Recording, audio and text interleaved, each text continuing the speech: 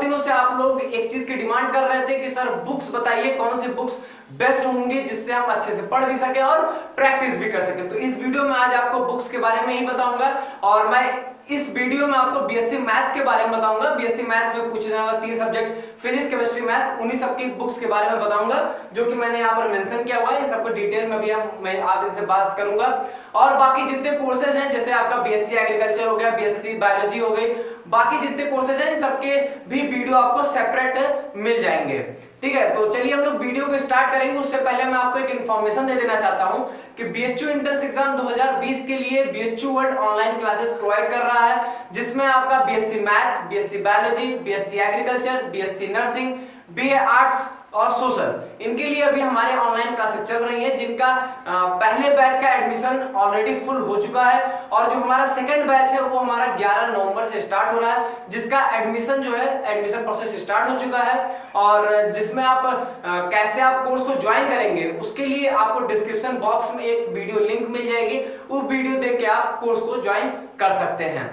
तो आइए चलिए हम अपना वीडियो स्टार्ट करते हैं। देखिए, सबसे पहली चीज मैं आपको एक बात बता देना चाहता हूं कि मैं इस वीडियो में आपको जो भी बुक्स के बारे में बताऊंगा वो एंट्रेंस ओरिएंटेड बुक्स होंगी। और दूसरी सबसे बड़ी चीज है कि मैं आपको कोई ऐसी बुक नहीं बताऊंगा जो आप प्रैक्टिकली पॉसिबल ना हो पढ़ना।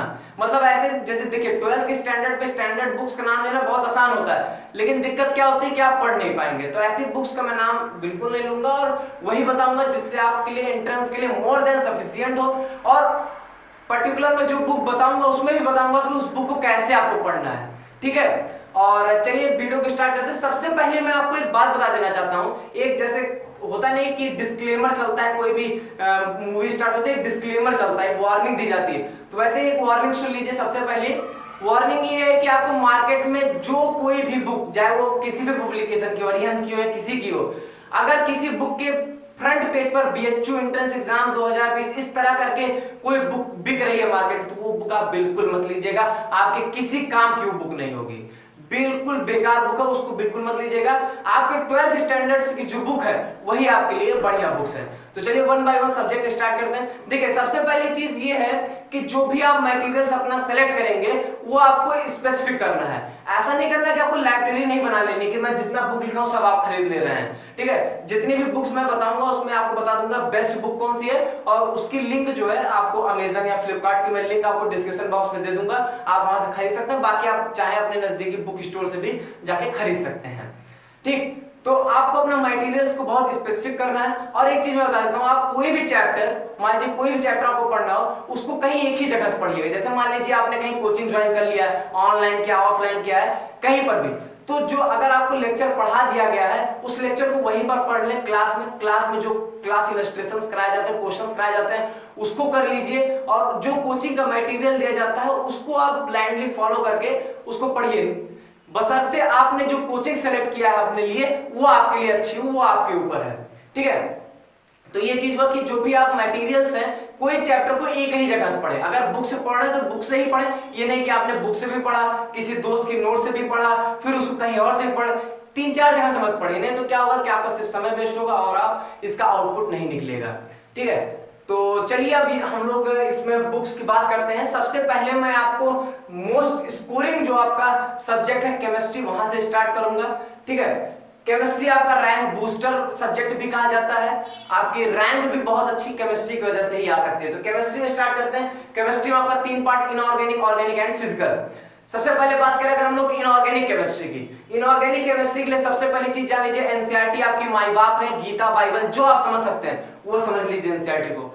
लेकिन इनऑर्गेनिक केमिस्ट्री में एक चैप्टर आपका आता है केमिकल बॉन्डिंग, जो कि काफी कंसेप्चुअल चैप्टर है, वो एनसीईआरटी में आपको थोड़ा समझने में दिक्कत हो सकती है, क्योंकि क्या है कि एनसीईआरटी थोड़े में बहुत ज्यादा लिख दिया है। मतलब उस जो लिखा है उसने वो बहुत बढ़िया लिखा है, लेकिन वही है कि उसकी जो मीनिंग है वो जो फ्रेशर स्टूडेंट्स होते हैं, जो पहली बार पढ़ते हैं, उनको समझने में दिक्कत होती है, क्योंकि एक्सप्लेनेशन ज्यादा नहीं होता। हम लोग की एक टेंडेंसी बन चुकी है कि जो ज्यादा एक्सप्लेन्ड वे में होता है वो हमें ज्यादा अच्छा लगता है। तो आप एक चैप्टर केमिकल बॉन्डिंग पढ़ने के लिए आप कोई रेफरेंस बुक का इस्तेमाल कर सकते हैं। उसमें मैं आपको जो रिकमेंड करूंगा वो प्रदीप आती है बुक, वो आप ले सकते हैं और सिर्फ आप केमिकल बॉन्डिंग उसमें से पढ़ लीजिएगा। ठीक है, तो कॉन्सेप्ट आपका बिल्डअप हो जाएगा और अगर आपकी केमिकल बॉन्डिंग अच्छी होगी पूरी इनऑर्गेनिक केमिस्ट्री अच्छी हो जाएगी। बाकी जितने भी चैप्टर्स हैं एनसीईआरटी से लाइन बाय लाइन आप पढ़ेंगे, और इवन आपके बीएचयू एंट्रेंस नहीं, जेईई मेंस एडवांस सब में भी एनसीईआरटी से ज्यादा नहीं आता है, ठीक है। तो बाकी के चैप्टर्स आप एनसीईआरटी से ही पढ़ेंगे। बात करें अगर हम लोग ऑर्गेनिक केमिस्ट्री की, देखिए ऑर्गेनिक केमिस्ट्री में क्या है कि ऑर्गेनिक केमिस्ट्री में दो बेसिक चैप्टर होते हैं, एक जीओसी और रिएक्शन मैकेनिज्म। दोनों आप एनसीईआरटी से नहीं पढ़ सकते हैं, क्योंकि वही बात आती है कि एनसीईआरटी में एक्सप्लेनेशन कम होगा, आपको चीजें नहीं समझ में आएगी। वैसे तो जीओसी रिएक्शन मैकेनिज्म में बेस्ट यही होता है कि अगर आपको कोई मेंटर है, कोई गाइड है, कोई आपको गाइड करने वाला है तो अच्छा रहेगा। तो वो क्योंकि ऑर्गेनिक केमिस्ट्री की पढ़ने की अप्रोच होती है, ठीक है, वो अप्रोच अगर आप सीख जाएंगे तो आपके लिए ज्यादा बढ़िया रहेगा। बाकी अगर आप बुक से पढ़ना चाहें तो पढ़ सकते हैं। बुक में मैं आपको कहूंगा कि जीओसी और रिएक्शन मैकेनिज्म दो चैप्टर आप, दो बुक है आपकी, प्रदीप या ओपी टंडन ऑर्गेनिक केमिस्ट्री वाली, ठीक है, आप लेकर पढ़ सकते हैं, बहुत अच्छा दिया गया है। खासकर अगर इन दोनों बुक में बात करेंगे तो मैं ओपी टंडन को प्रेफर करूंगा, ठीक है। ये दो चैप्टर आप लोग यहां से पढ़ सकते हैं। बाकी के जितने भी चैप्टर्स हैं एनसीईआरटी, मतलब बाकी के जितने भी ऑर्गेनिक केमिस्ट्री चैप्टर्स होते हैं वो आप एनसीईआरटी बुक से ही पढ़िए। अगर जीओसी रिएक्शन मैकेनिज्म अच्छे से पढ़ लिए तो बाकी चैप्टर्स आप अच्छे से समझ जाएंगे। और एक चीज ध्यान दीजिएगा, जितनी भी रिएक्शंस दी जाती हैं ऑर्गेनिक केमिस्ट्री में, वो नेम्ड रिएक्शन हो, वो कोई टेस्ट हो सकता है, ठीक है, या कोई भी रिएक्शन दी गई है, जितने एनसीईआरटी में दी गई है उतना ही आपके एंट्रेंस एग्जाम के लिए मोर देन सफिशिएंट है। क्योंकि अगर आप रेफरेंस बुक में जाएंगे तो रिएक्शन, नंबर ऑफ रिएक्शंस लिखी गई हैं, ठीक है, वो आपके कोई मतलब का नहीं, आप याद करेंगे आपको सरदर्द होगा और वो फिर आउटपुट अच्छा नहीं आता है, ठीक है। तो रिएक्शंस आप लोग लिमिट कर देंगे एनसीईआरटी बुक तक ही। बात आती है कि प्रैक्टिस कहां से करेंगे। देखिए ऑर्गेनिक केमिस्ट्री की जो भी क्वेश्चन प्रैक्टिस करना हो, कभी ऑब्जेक्टिव नहीं करना है आपको। ऑब्जेक्टिव क्वेश्चन करने से क्या होता है कि हम लोग भिड़ा लेते हैं कि ये मान लो कि H इससे जोड़ देंगे, OH उससे जोड़ देंगे और प्रोडक्ट बना देंगे, और कई बार क्या होता है कि आंसर सही भी हो जाता है, उससे आप कॉन्सेप्ट आपका बिल्डअप नहीं होगा। आप ऑर्गेनिक केमिस्ट्री में जितना सब्जेक्टिव क्वेश्चंस करेंगे उतना आपके लिए बेहतर रहेगा। सब्जेक्टिव क्वेश्चन से प्रैक्टिस करेंगे तो आपके लिए बढ़िया रहेगा। उसके लिए मैं आपको बताता हूं, 12th में आपकी एनसीईआरटी की जो सेकंड पार्ट है, जिसमें हेलो एल्केन से लेकर नाइट्रोजन कंटेनिंग कंपाउंड तक का जो पूरा पोर्शन है, उसके एग्जांपल एक्सरसाइज के हर एक क्वेश्चन बहुत बढ़िया दिया गया, ब्रिलियंट क्वेश्चन है सारे।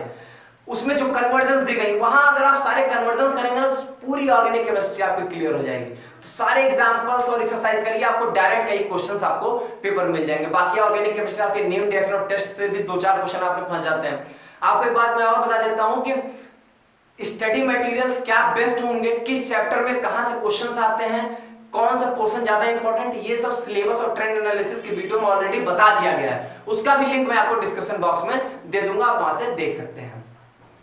तो ये बात रही आपकी ऑर्गेनिक केमिस्ट्री की, ठीक है। बात करें अगर हम लोग फिजिकल केमिस्ट्री की, तो फिजिकल केमिस्ट्री के लिए मैं बता देता हूं, देखिए एनसीईआरटी आपकी लिखी भी बढ़िया है, थ्योरी भी बढ़िया है, और क्वेश्चंस भी उसके आपके मोर देन सफिशिएंट है प्रैक्टिस के लिए, ठीक। कुछ चैप्टर्स हैं मैं बात करूंगा जिसमें आपका थर्मोडायनेमिक्स हो गया, आपका आयनिक इक्विलिब्रियम हो गया, ठीक है, ये इलेक्ट्रोकेमिस्ट्री हो गया। 2-3 चैप्टर्स ऐसे हैं जिनकी थ्योरी जो है एनसीईआरटी में आपको दिक्कत करेगी, एक्सप्लेनेशन कम है। इन सब चैप्टरों को आप लोग प्रिफर कर सकते हैं किसी साइड बुक से पढ़ने के लिए, जिसमें मैं आपको बताया हूं ओपी टंडन और प्रदीप, इसमें भी मैं आपको ओपी टंडन प्रेफर करूंगा। ओपी टंडन फिजिकल केमिस्ट्री और ऑर्गेनिक केमिस्ट्री जो अलग अलग बुक आती है, ये आपकी बहुत बढ़िया बुक है, ले लेंगे तो आपके लिए बहुत फायदेमंद होगी। लेकिन वही है कि लिमिटेड नंबर ऑफ चैप्टर्स आप पढ़ेंगे, जैसा कि मैंने आपको 3 चैप्टर्स बता दिया। क्वेश्चन की प्रैक्टिस की बात करें तो physical chemistry is all about numericals. तो न्यूमेरिकल्स की प्रैक्टिस जो है आप एनसीईआरटी के क्वेश्चंस करिए, वो भी बहुत बढ़िया है। और एनसीईआरटी के करने के बाद ओपी टंडन प्रदीप इन सब के क्वेश्चंस आपको नहीं करने हैं, इतना भी नहीं हार्ड क्वेश्चन आता है, डायरेक्ट फॉर्मूला पढ़े हैं तो कोई दिक्कत नहीं। आपको क्वेश्चन प्रैक्टिस जो आपकी रियल क्वेश्चन प्रैक्टिस होगी वो मैंने साइड में लिखा है। वो क्या है, जेईई मेंस चैप्टर वाइज 17 साल की जेईई मेंस के चैप्टर, मतलब हर एक चैप्टर से जेईई मेंस के 17 साल में, मतलब जो पहले IEEE होता था 17 साल में कितने क्वेश्चंस आए, कौन कौन से क्वेश्चंस आए, उसका अगर आप देखिए वो सब स्टैंडर्ड क्वेश्चंस आए हुए क्वेश्चन है, तो सीधी सी बात है वहां से आपका कॉन्सेप्ट ज्यादा अच्छा बिल्डअप होगा। वहां से क्या होगा कि आप हर एक टाइप की प्रॉब्लम आप अटेम्प्ट कर लेंगे, तो वो आप जरूर अटेम्प्ट करेंगे। आप किसी बुक की प्रॉब्लम नहीं करिए, छूट जाती है आपसे, ठीक है, लेकिन आप जेईई मेंस चैप्टर वाइज 17 साल का जरूर अटेम्प्ट करेंगे, ठीक है। उसके बाद आता है आपका बीएचयू का प्रीवियस ईयर। देखिए जेईई मेंस चैप्टर वाइज और बीएचयू प्रीवियस ईयर, ये हर एक सब्जेक्ट में इंक्लूडेड है, वो चाहे फिजिक्स हो, चाहे केमिस्ट्री हो, चाहे वो मैथ्स हो। बीएचयू के प्रीवियस ईयर में क्या आपको ध्यान देना है, जैसे बीएससी मैथ वाले हैं आप, तो आपको बीएससी बायोलॉजी और बीएससी एग्रीकल्चर में भी जो केमिस्ट्री का जो भी क्वेश्चंस आए हैं 4 साल तक, 4 से 5 साल से ज्यादा पीछे मत जाइएगा, 4 से 5 साल तक के जितने भी क्वेश्चंस आए हैं वो बीएससी मैथ में जो आए हैं वो आए ही है, साथ साथ बीएससी बायो और बीएससी एग्रीकल्चर में भी जो आए हैं उन क्वेश्चंस की आप प्रैक्टिस कर लीजिएगा। तो अगर आप इतना भी अगर क्वेश्चन प्रैक्टिस कर लेंगे खासकर केमिस्ट्री में तो आपके लिए मोर देन सफिशिएंट होगा। किसी बुक से भी प्रैक्टिस नहीं करेंगे, अगर जेईई मेंस और बीएचयू प्रीवियस ईयर कर लेंगे तो मोर देन सफिशिएंट होगा। आगे हम बात करते हैं फिजिक्स की, ठीक है। तो अगर हम बात करें जैसे मैंने कहा ना कि रैंक बूस्टर टाइप का, तो केमिस्ट्री सबसे ज्यादा रैंक बूस्टर, उसके बाद देन आपके फिजिक्स है, देन मैथ। इसका रीजन यही है क्योंकि बीएचयू इंटर एग्जाम सबसे बड़ी चीज है टाइम बाउंडेशन। यहाँ पर 2.5 घंटे का ही पेपर होता है जिसमें आपको 50 क्वेश्चन करने हैं, और मैथ के 50 क्वेश्चन करने में आप समझ ही सकते हैं हर एक क्वेश्चन में आपको सॉल्व करना पड़ेगा और क्वेश्चन का लेवल भी बढ़िया होता है। तो सीधी सी बात है कि मैथ्स में आप बहुत ज्यादा अटेम्प्ट तो कर ही नहीं सकते, इसलिए मैंने मैथ्स को रैंक बूस्टर की अगर ऑर्डर पे देखें तो सबसे नीचे रखा हुआ है। फिजिक्स से बात करते हैं। अगर आप चाहते हैं कि मैं फिजिक्स में थ्योरी भी बहुत अच्छे से पा जाऊं और आप ये भी चाहते हैं कि मैं क्वेश्चंस, नंबर ऑफ क्वेश्चंस भी अच्छे से पा जाऊं, सॉल्व्ड एग्जांपल्स अच्छे से मिल जाए जिससे मेरा अच्छा कॉन्सेप्ट क्लियर हो, और प्रीवियस ईयर में चाहे वो एआईट्रिपल का हो सकता है, नीट का हो सकता है, एम्स का हो सकता है, आईआईटी का हो सकता है, इन सब का कलेक्शन अगर एक ही बुक में चाहते हैं तो दी बेस्ट बुक है आपके लिए S L Arora. S L Arora best book है आपके लिए, ठीक है। इसमें बुक आपको मोटी जरूर मिलेगी लेकिन ये है कि इसमें आपको सब कुछ मिल जाएगा, थ्योरी से लेके एग्जांपल सब कुछ, यहां तक कि एनसीईआरटी के जो क्वेश्चंस है वो भी आपको यहां पर सॉल्व मिल जाएंगे, ठीक है। वो आपके लिए बहुत ही जरूरी होता है। देखिए एनसीईआरटी बुक में फिजिक्स के लिए बिल्कुल नहीं लिखा हूं, आप पढ़ेंगे भी नहीं। उसका रीजन यही है कि एनसीईआरटी आप फिजिक्स समझ नहीं पाएंगे। फ्रेशर स्टूडेंट पहली बार पढ़ेंगे, फ्रस्ट्रेट होकर बुक छोड़ देंगे, पढ़ नहीं पाएंगे आप उसको, ना ही उसके क्वेश्चन के जो सोल्यूशन दिए गए वो भी आपके समझ में आने वाले हैं, ठीक है। तो उसके लिए बढ़िया रहेगा एसएल अरोड़ा बुक के तरफ जाइए, परफेक्ट बुक है, कंप्लीट मटेरियल आपको मिल जाएगा। इससे अगर थोड़ा सा अपर लेवल में आप जाना चाहते हैं तो वो बुक आती है आपकी एससी वर्मा।